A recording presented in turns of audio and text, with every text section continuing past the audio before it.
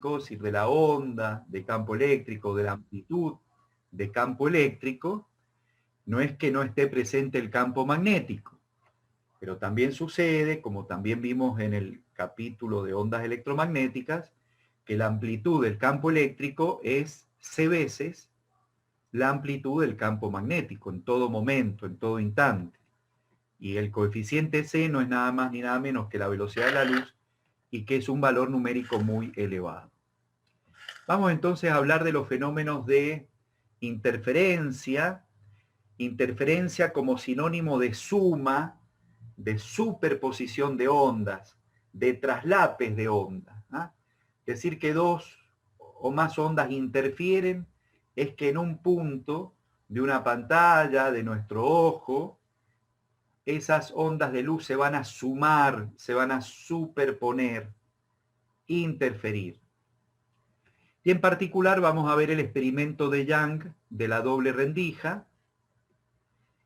Young es un nombre propio. Y en ese experimento la idea es poder ubicar las franjas brillantes o claras debido a una interferencia constructiva y las franjas oscuras debido a una interferencia destructiva. Y también encontrar el patrón de intensidades en este fenómeno de interferencia de la doble rendija, sin una distribución de intensidades en función de la posición angular, que va a ser un ángulo que vamos a denominar θ. Bueno, ya ustedes quizás vieron en la cuba de agua en física 1 que uno puede generar por medio de un agitador, por un batido en esta dirección, de un vaivén, de una oscilación de ida y vuelta, puede generar frentes de ondas.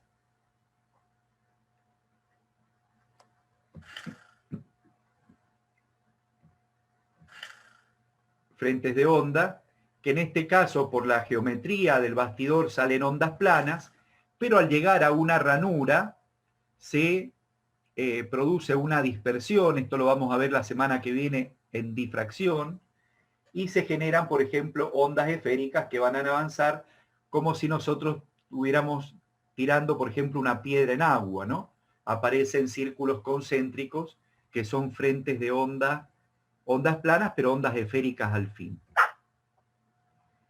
Entonces, una vez que se sale de esta rendija, se genera otro conjunto de ondas que van a ir hacia la pared. En el caso en que tengamos una doble rendija, van a salir dos ondas esféricas, y que en todo momento, según sea la posición de donde ubico una pantalla, cuando hablo de posición, estoy hablando de una distancia entre la doble rendija y, por ejemplo, este plano.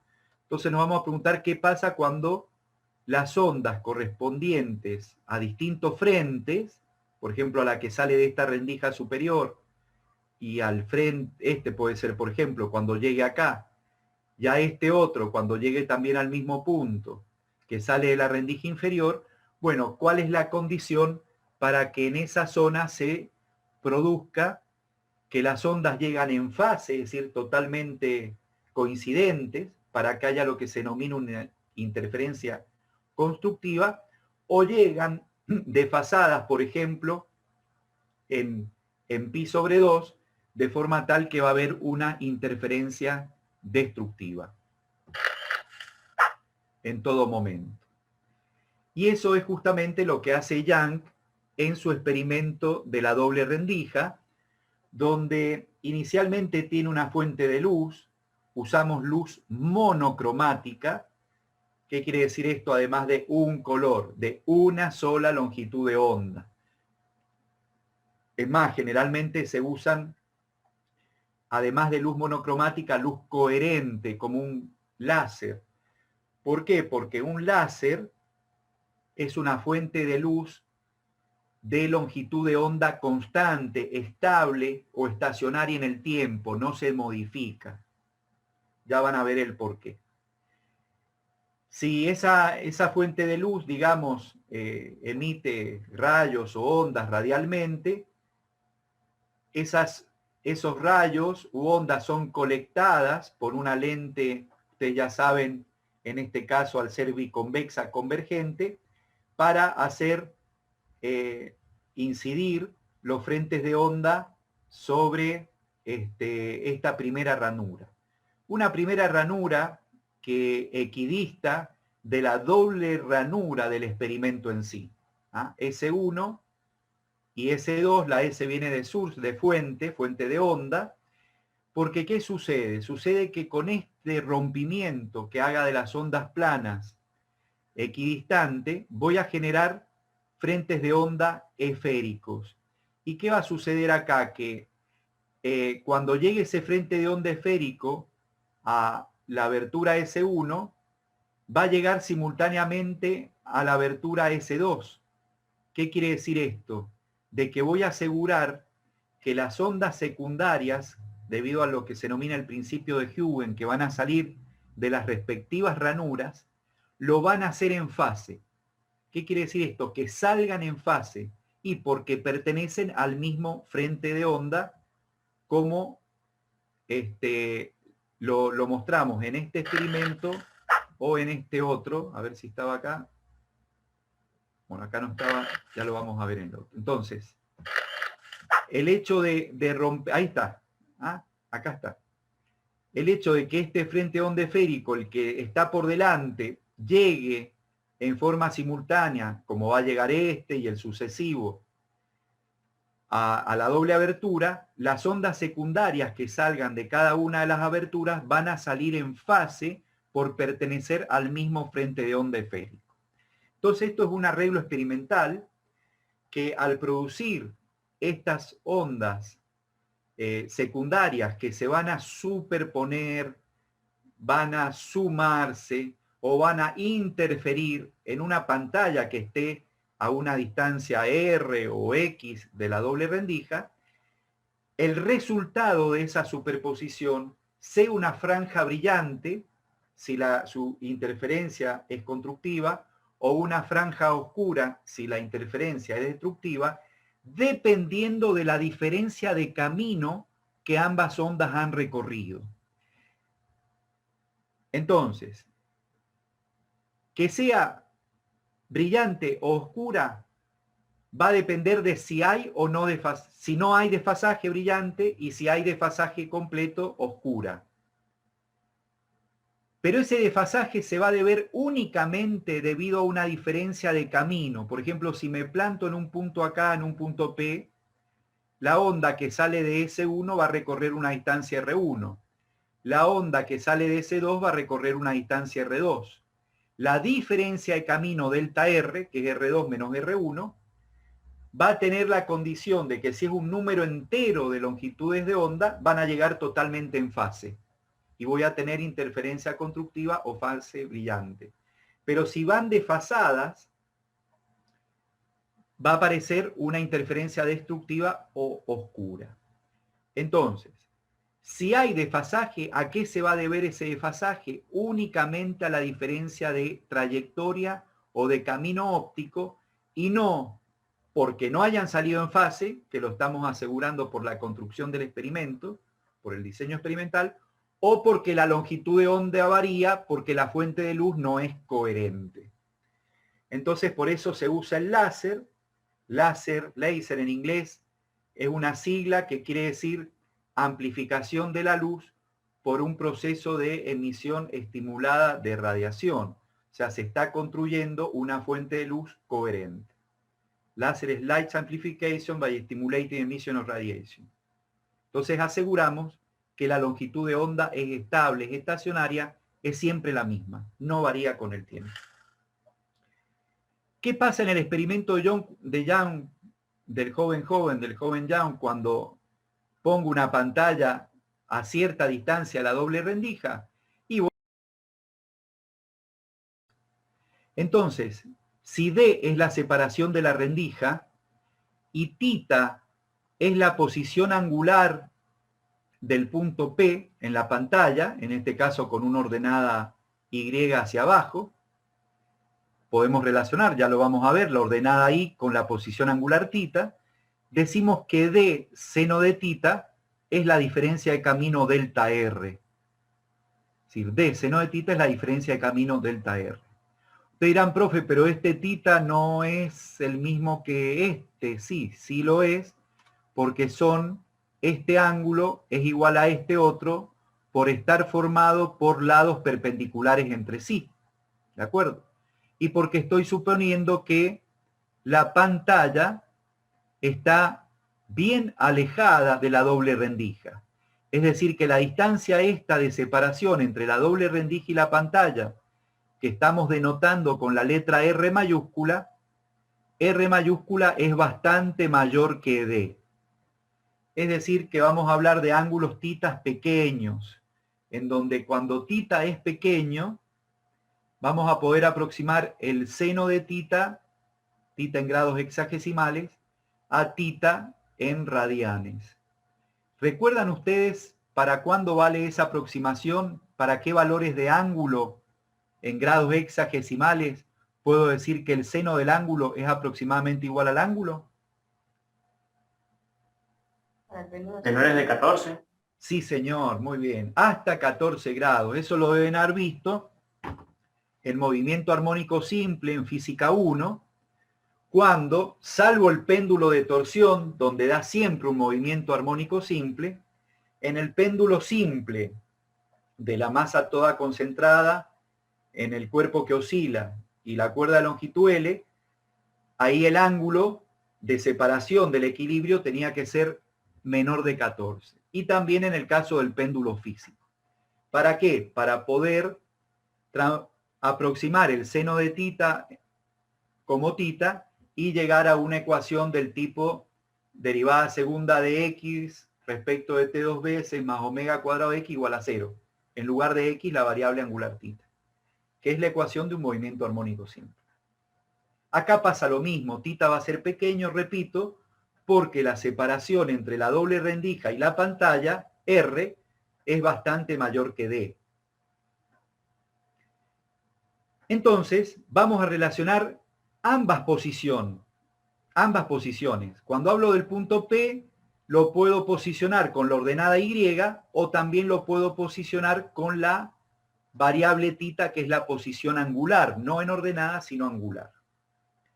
De forma tal entonces que ahora la diferencia de camino delta R, o R2 menos R1, va a ser este pedacito que está acá, que es todo esto, que es D por el seno de tita. ¿Ah? Donde tita ahora va a ser este ángulo que está aquí, igual a la posición angular, por ser ángulos formados por lados perpendiculares entre sí. Profe, Entonces, sí, señor. no me acuerdo si lo dijo, pero la intensidad al pasar por una rendija disminuye. No. Lo que hago, está muy buena la pregunta y agradezco que la hagas. Cuando la onda pasa por una rendija, pasa, ¿sí?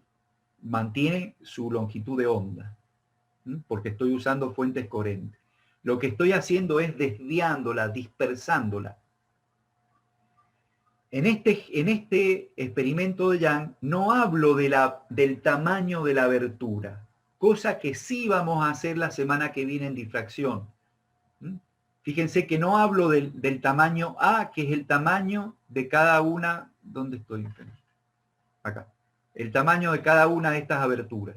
Solamente vamos a hablar de la separación entre ambas, que es D. ¿Por qué? Porque este tamaño es mucho menor que la longitud de onda. ¿De acuerdo? Y por eso decimos que estos experimentos, el de hoy, el de interferencia, la semana que viene, difracción, son una manifestación experimental de que la luz es una onda. Si no, no podemos explicar que tenga zonas brillantes en cualquier posición de la pantalla y no solamente el cono de luz detrás de una abertura. Porque vamos a sumar ondas, como vamos a ver en un ratito. Entonces, respondiendo a tu pregunta, solamente cambia la dirección de propagación, pero no la intensidad de cada onda. Lo que pasa es que la intensidad resultante, producto de la suma, de la superposición o del fenómeno de interferencia en un punto de la pantalla, va a depender de cómo llegan esas dos ondas que estoy sumando. ¿Mm? Y tiene que estar perpendicular la onda que entra a la rendija, perpendicular a la Claro, rendija. claro, a ver, el diseño experimental es que rompo este frente de ondas planos con esta primera abertura equidistante de la doble para asegurar, si fuera una abertura circular, bueno, ondas esféricas, una abertura rectangular, ondas cilíndricas, que cada frente de onda, que ahora ya no es plano, es cilíndrico, al llegar a la doble rendija, los toca al mismo tiempo. Es decir, que esas ondas que van a atravesar van a corresponder, esas ondas secundarias, S1 y S2, van a corresponder al mismo frente de onda. Por lo tanto, van a partir en fase. Aseguro que parten en fase. Cosa que si llegan o no en fase, va a depender de una única razón, de que recorrieron una cantidad de camino o de trayectoria diferente, un delta R diferente. ¿Mm? Y no porque no hayan salido en fase, o peor, de que la luz no sea coherente, es decir, no solamente monocromática, sino coherente, estacionaria en el tiempo, que lambda no varía. Cada una de estas tiene una intensidad, pero yo ahora voy a hablar de la intensidad del fenómeno de interferencia, de la suma, ¿de acuerdo? Gracias, Bueno, profe. acá la diferencia de camino le llamo delta P, que acá muestro que si es un número entero de lambda, si comparo la segunda con la primera, P2 menos P1 es lambda, P3 menos P1 es 2 lambda, P4 menos P1 es 3 lambda, en ese caso es un número entero de lambda. Tengo franjas claras. En cambio, en franjas oscuras, fíjense, la diferencia entre la primera y la segunda es media longitud de onda. Entre la tercera y la anterior es 3 medias longitudes de onda. Acá lo vemos, 3 media y una más es 3 medio. Y así 5. Entonces, ¿cómo creo el número impar de semilongitudes de onda? Pongo acá 2m más 1. Es decir, 2m más 1 de lambda sobre 2 me da m más 1 medio de lambda. Para poder hablar de m, tomando el 0, el 1, el 2, todos los números, y no solamente los números impares m. Bien. Volviendo al diseño experimental, de nuevo, fíjense, este es el ángulo θ, este es el ángulo θ, acá se ve bien claro que este lado es perpendicular a este, y que este lado es perpendicular a este, y este lado, porque acá también tengo θ, es perpendicular a este. Entonces, este ángulo es θ, por lo tanto, si esto es D, esto es D seno de θ. Si la diferencia de camino entonces es D seno de θ, la condición es D seno de θ, que era el delta R de recién, m lambda para franjas brillantes, y para franjas oscuras, m más 1 medio de lambda, que surge de hacer un número impar, 2m más 1, de lambda sobre 2, de medias longitudes de onda. ¿Qué podemos hacer con esta condición? Como les decía,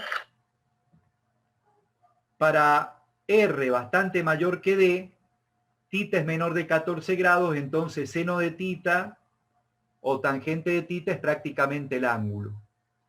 La tangente de θ la podemos calcular como cateto opuesto, si estamos hablando del punto P, ¿no? Donde se interfiere, sobre cateto adyacente, que es la separación entre la pantalla y la doble rendija. Entonces estamos diciendo que I sobre X es seno de θ. Como D por seno de θ era m lambda, entonces paso el D dividiendo y el X multiplicando y obtengo la posición o la ordenada de orden M de el máximo. Obviamente, ¿qué pasa si M es 0? Independiente de X, de lambda y D, que no lo son. Si M es 0, tengo el máximo central. ¿Qué posición tiene el máximo central? I igual a 0. Si M es 1, tengo el I sub 1, que va a ser X lambda sobre D, cuando M es igual a 1. El que le sigue hacia arriba, que fuera del central, va a ser el de orden 2, y pongo un 2 acá, es decir, 2X lambda sobre D. Y también puedo poner para las I negativa, ¿cómo? Y poniendo menos 1, menos 2, menos 3, y así voy obteniendo las distintas posiciones en ordenada de los máximos. ¿Y qué pasa para las posiciones de los mínimos? Y uso la relación que D, que está acá, está multiplicando D por el seno de tita, que es I sobre X, es M más 1/2 de lambda. Entonces, de nuevo, el D lo paso dividiendo, el X del seno de tita, que es I sobre X, pasa multiplicando, y obtengo para M igual 0 el primer mínimo positivo hacia arriba. Y si pongo M igual a menos 1 más 1/2 me da menos 1/2, obtengo el primer mínimo hacia abajo del máximo central equidistante del primer mínimo o franja oscura superior. Bien. Entonces con esto podemos, de acuerdo a esta geometría, podemos posicionar, según el orden, las franjas brillantes y las franjas oscuras también. Bien.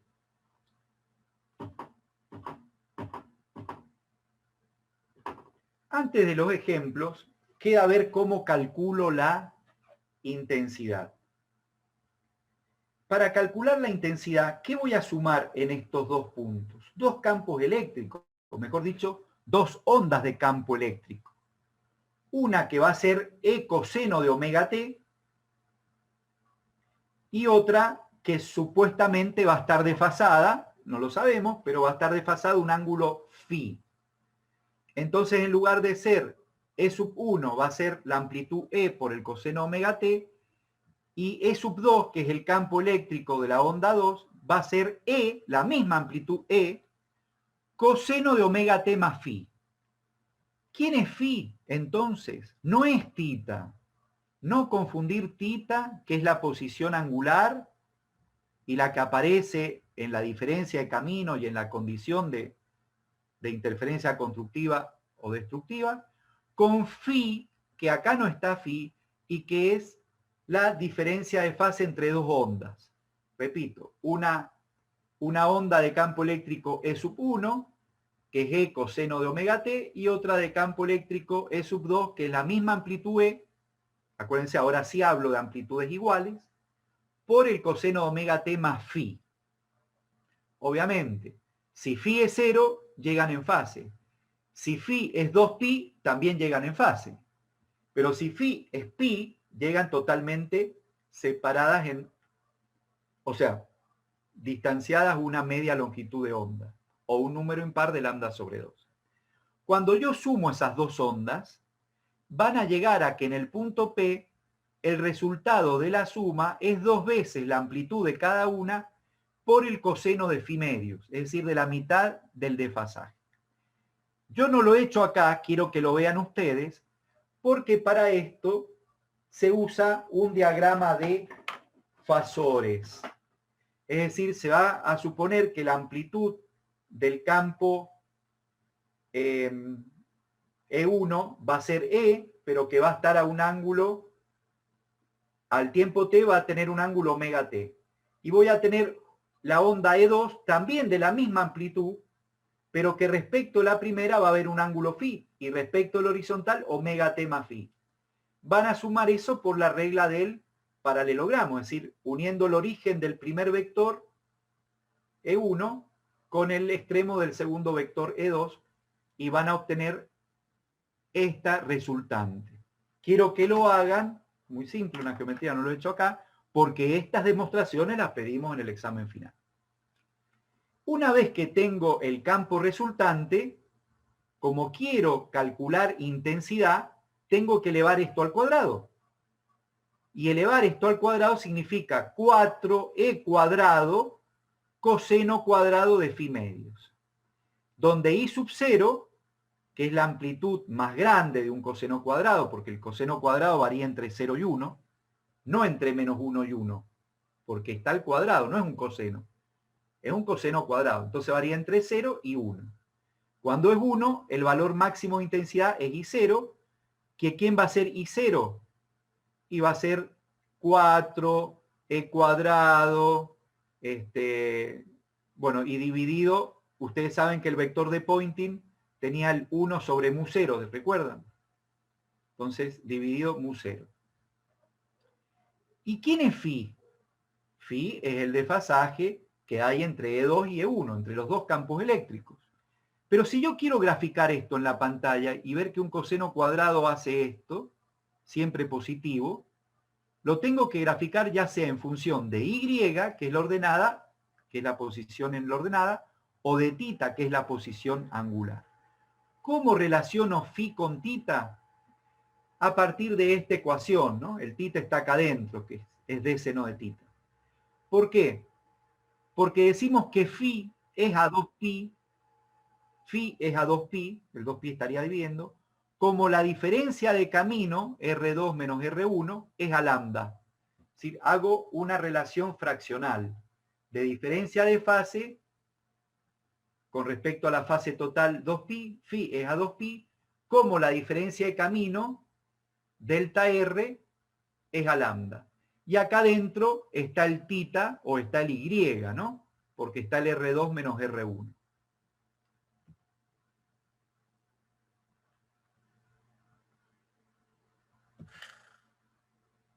Entonces, bueno, esto es lo que ya vimos de franjas claras y franjas oscuras.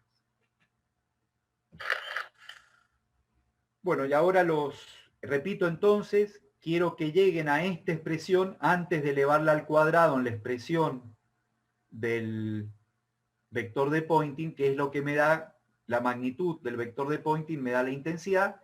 Quiero que identifiquen cuánto vale I sub 0. Y bueno, al elevarlo al cuadrado, vemos que la intensidad entonces varía como un coseno cuadrado. Profe, Esto se obtiene de sumar dos fasores de igual amplitud E, pero donde el primer fasor E1 está respecto al horizontal, un ángulo omega t, y el segundo fasor E2, al estar desfasado en phi respecto de 1, respecto al horizontal va a ser omega t más phi. Obtienen por el teorema del coseno la resultante y quiero que sepan llegar a esto que está acá, que lo sabemos tomar en el examen final. ¿Alguien dijo algo? Perdón, quería preguntar algo. sí, profe, yo, Sí, una pregunta. Cuando tenemos en cuenta el campo eléctrico, el campo magnético no lo tenemos en cuenta porque es muy pequeño. exacto, pero está, la onda de luz no es solo campo eléctrico, sí o sí están las dos. Bien. Cuando Otra vean cosa, antenas en electrónica van a seguir hablando de campo eléctrico, pero están los dos. claro, bien. Otra cosa, cuando pasa por la rendija, ¿se polariza o no se polariza la luz? Ya No, no, viene. porque no, buena pregunta también, no hay cambio de índice de refracción. Ah, bien, ¿Ah? Ahora perfecto. va a venir la última parte de hoy, en un ratito viene el tema de películas delgadas y hay dos condiciones. Porque ahí sí, en una película delgada, cuando uno va de aire a agua o de aire a aceite, que ve esas parecen arcoíris, la franja de interferencia cuando hay una mancha de aceite en el piso. Es una película delgada. No es ningún arcoíris, son zonas de interferencia constructiva y destructiva, más brillantes y más oscuras. Entonces ahí vamos a ver lo que se denomina interferencia en películas delgadas, y ahí sí, no voy de aire a aire como acá. Acá no cambia el medio nunca. Así que Perfecto. agradezco la pregunta porque sirve para aclarar y para comparar con lo que viene. Así que no hay cambio de fase porque no hay cambio de índice de refracción, que si ustedes recuerdan es una impedancia óptica el índice de refracción, ¿no? Bueno, acá hay un ejemplo donde, entonces los dejo para ver a ustedes, donde me da como dato la distancia D, fíjense qué pequeño, ¿no? 0,08 milímetros. Es decir, son prácticamente 10 micrómetros, ¿no? 80, sí, Sí, si aproximo por un 1, prácticamente si pongo un 1 acá, no, un 1 acá, perdón. Son 100 micrómetros.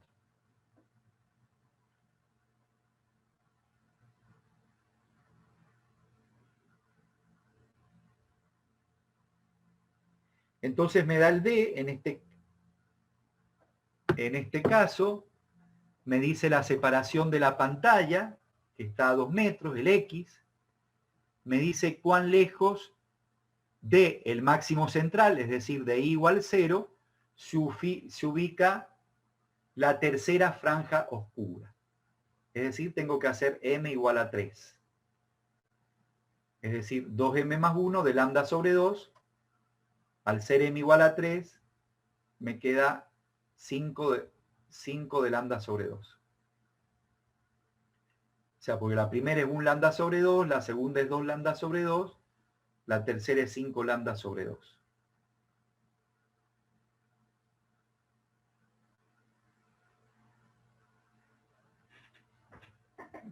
De franja oscura. Entonces, M más 1 medio de lambda es 5 medios de lambda para M igual a 3. Entonces, tengo el lambda, tengo el D, puedo sacar el ángulo θ, y ya sabemos que el ángulo θ está relacionado con la normal. Bueno, esta es la condición de franjas oscuras, ¿no? D por el seno de θ, que es I sobre X. Recién al X lo llamé R, ¿no? Es lo mismo. Seno del ángulo o la tangente es cateto opuesto sobre hipotenusa, I sobre X. Uso número impar.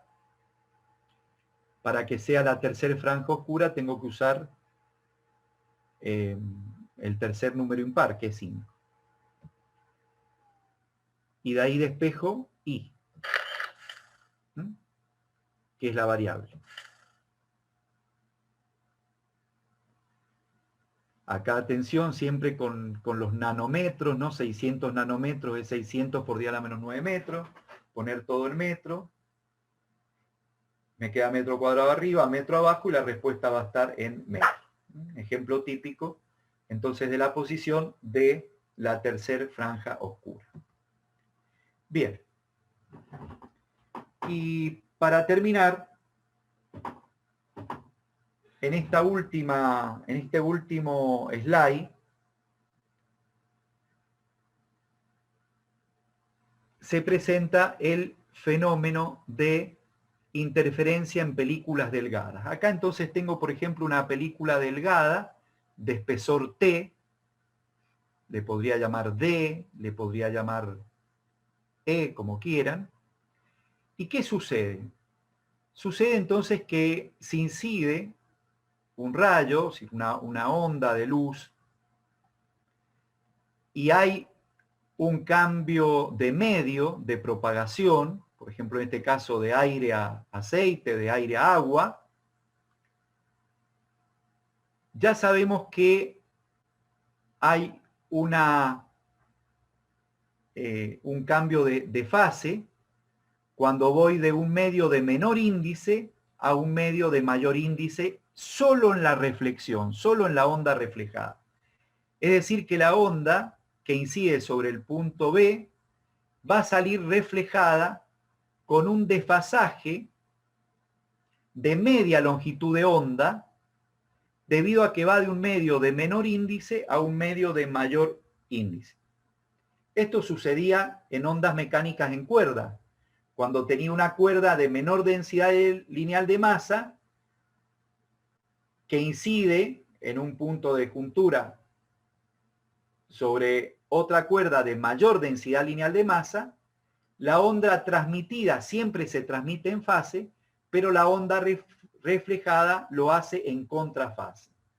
Eso sucede cuando voy de menor índice de refracción, en este caso, a mayor índice. ¿Qué pasa con la que se transmite? La que se transmite no cambia de fase. Luego en el punto D se refleja, pero tampoco cambia de fase porque ahora va de mayor a menor. llega al punto E y se transmite. La transmitida nunca cambia de fase. Quiere decir que voy a sumar en mi ojo, o en una pantalla, punto P de mi córnea, o en una pantalla, voy a sumar dos ondas. Si voy a sumar dos ondas, entonces voy a tener que tener en cuenta, para saber si hay interferencia constructiva o destructiva, si hay o no cambio de fase, debido a una diferencia de trayecto. La diferencia de trayecto sería esta, digamos, trayectoria acá oblicua o esta hipotenusa, más esta que está acá. Pero al ser la película tan delgada, voy a suponer prácticamente que esto es el espesor T. Y voy a decir que 2 veces el espesor, si es un número entero de lambda, voy a tener interferencia constructiva si es que no hubo cambio de fase por reflexión. Pero si hay cambio de fase en la reflexión, la condición de interferencia constructiva va a ser esta que está acá. Es decir, para que lleguen ahora en fase y tener una franja brillante o un anillo brillante, esta que ya cambió media longitud de onda en la reflexión, al compararla, al sumarla, al superponerla con la segunda, entre ambas tiene que haber otra vez una diferencia de media longitud de onda o un número en par de semilongitudes de onda para que lleguen en fase. Entonces, atención acá, que si el ejercicio les dice explícitamente que en la película delgada considere el cambio de fase, la condición de franja brillante es esta que está acá, ¿de acuerdo? Para que compense el desfasaje por reflexión. Y si no hay cambio de fase, simplemente la diferencia de camino 2t igual a un número entero de longitudes de onda, me daría también la franja brillante. Bien. Van a haber ejercicios. Yo creo que voy a preguntar si el ingeniero Juan Ferraro ya está acá. Sí, ya estoy, Hugo. Te estoy escuchando. Buenísimo. Ahí te paso, Juan, entonces. Bueno, dale, gracias, Hugo.